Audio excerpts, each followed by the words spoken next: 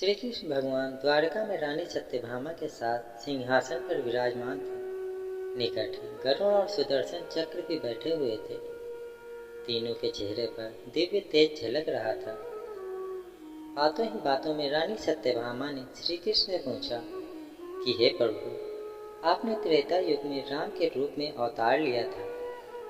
सीता आपकी पत्नी थी, क्या वे मुझसे ज्यादा सुंदर थी? द्वारकाधीश समझ गए कि सत्यभामा को अपने रूप का अभिमान हो गया है।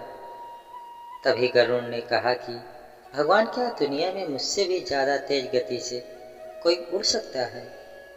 इधर सुदर्शन चक्र से भी रहा नहीं गया। वे भी कह उठे कि हे भगवान, मैंने बड़े बड़े युद्धों में आपको विजयश्री दिलवाई है। क्या संसार में मुझसे भी शक्तिशाली कोई है?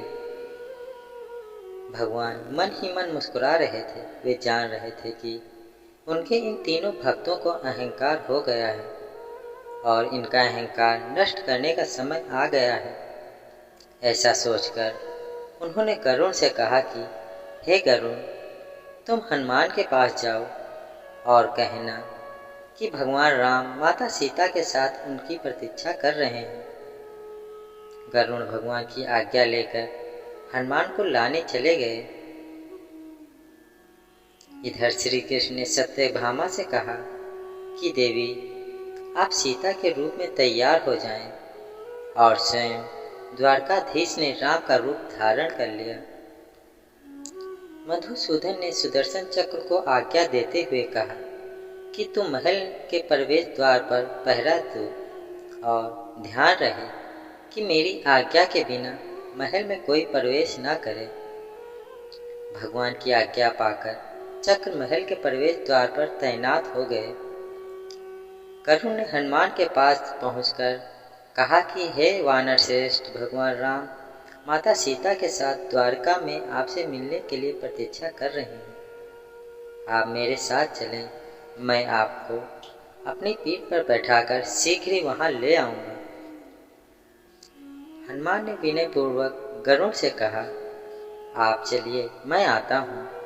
गरुड़ ने सोचा, पता नहीं यह बूढ़ा वानर कब पहुँचेगा। खैर, मैं भगवान के पास चलता हूँ। यह सोचकर गरुड़ शीघ्रता के द्वारका की ओर उड़े। पर यह क्या, महल में पहुंचकर गरुड़ देखते हैं कि हनुमान तो उनसे पहले ही महल में प्रभु के सामने बैठे हैं। गरुड़ का सिर लज्जा से झुक गया। तभी श्री राम ने हनुमान से कहा कि पवनसुत, तुम बिना आज्ञा के महल में प्रवेश कर गए। क्या तुम्हें किसी ने प्रवेश द्वार पर रोका नहीं? हनुमान ने हाथ जोड़ते हुए सिर झुकाकर अपने मुंह से सुदर्शन चक्र को निकालकर प्रभु के सामने रख दिए।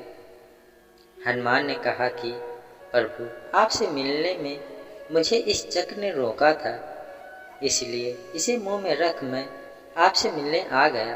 मुझे क्षमा करें। भगवान मन ही मन मुस्कुराने लगे। हनुमान ने हाथ जोड़ते हुए श्री राम से प्रश्न किया, हे प्रभु, आज आपने माता सीता के स्थान पर किस दासी को इतना सम्मान दे दिया कि यह आपके साथ सिंहासन पर विराजमान है? अब रानी सत्यभामा का अहंकार भंग होने की बारी थी। उन्होंने सुंदरता का अहंकार था जो पल भर में चूर हो गया था।